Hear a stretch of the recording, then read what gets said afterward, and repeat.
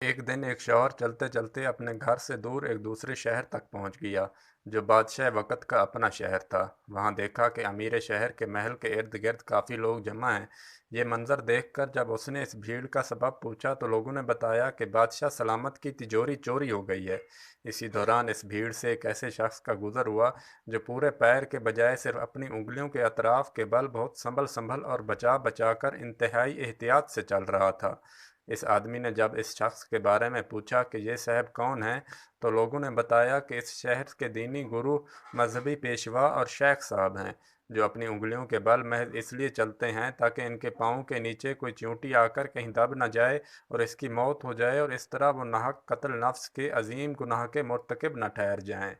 शेख साहब के मुतल्लिक लोगों का ये जवाब सुनकर उस आदमी ने फ़ौरन और बरजस्ता कहा, अल्लाह की कसम, मुझे बादशाह के ख़जाना और तिजोरी के चोर का हतमी पता मिल गया है। मुझे इसी वक्त बादशाह के पास ले चलो। बादशाह के पास पहुंचकर इब्तदाई हाल चाल के बाद उस आदमी ने अर्ज़ किया, बादशाह सलामत, आपकी तिजोरी का चोर कोई और नहीं बल्कि आपके इस शहर के दीनी गुरु और मजहबी पेशवा शेख साहब ही हैं। ये सुनकर बादशाह को सख्त हैरत व ताज्जुब हुआ, जिस पर वो आदमी मज़ीद यकीन दहानी कराते हुए कहने लगा कि अगर मुझे इस इल्ज़ाम में झूठा पाया जाए तो मेरा खून मुआफ़, और अगर इस इल्ज़ाम के बदले मेरी गर्दन भी उड़ा दी जाए तो भी मैं इसके लिए मुकम्मल तौर पर तैयार हूँ। आखिरकार बादशाह ने इसका इतना पुख्ता जवाब सुनकर शेख साहब को फ़ौरन दरबार में हाजिर करने का हुक्म दे दिया। उन्हें दरबार में लाया गया।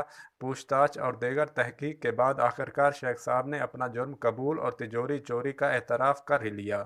शेख के इकरार जुर्म के बाद बादशाह इस शख्स से कहने लगा, तुम ये बताओ कि आखिर तुमको कैसे पता चला कि चोर यही शेख साहब हैं, जबकि वो अपनी ज़ाहरी शक्ल व सूरत और वज़ाकता से इंतहाई नेक, सालेह और पारसा दिखते हैं।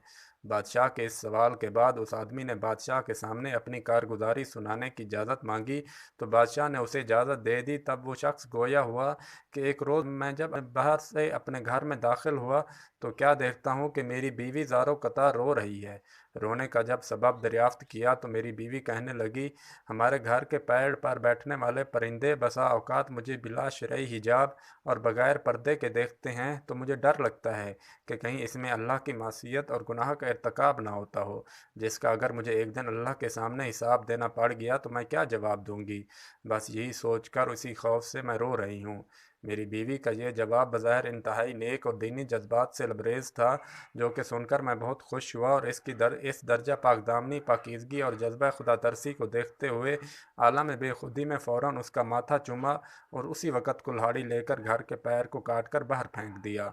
इस वाक़या के एक ही हफ्ता बाद एक रोज़ जब मैं अपने काम से जल्दी फ़ारिग होकर अपने नॉर्मल वक़्त से कुछ पहले ही घर आ गया तो क्या देखता हूँ कि मेरी वही पारसा बीवी अपने आशिक की बाहों में लिपटी हुई सो रही है।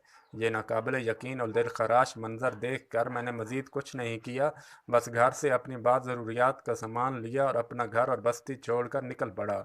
आगे आकर देखा तो आपके महल के करीब मजमा इकट्ठा था और मुझे पता चला कि आपकी चोरी हो गई है। और फिर जब मैंने इस शेख को उंगलियों के बल चलते हुए देखा तो मुझे फ़ौरन अपनी बीवी का वाक़या याद आया और मेरे दिमाग ने कहा कि यही तो असल चोर है। तो बादशाह सलामत, जब भी इजहार पारसाई में मुबालगा आराई हो रही हो और जहाँ भी नेकी और फ़ज़ाइल के बयान में हद से ज़्यादा दिखावा नज़र आए तो आप फ़ौरन समझ लें कि वहाँ ज़रूर किसी बड़े जुर्म और गुनाह को छुपाने की कोशिश हो रही है। बादशाह इस आदमी से बहुत खुश हुआ और इसको इनाम व अकराम देकर रुखसत किया। लेकिन अगर आपने अभी तक हमारा चैनल सब्सक्राइब नहीं किया तो बराए करम सब्सक्राइब करके बेल आइकॉन को प्रेस कर लें। शुक्रिया।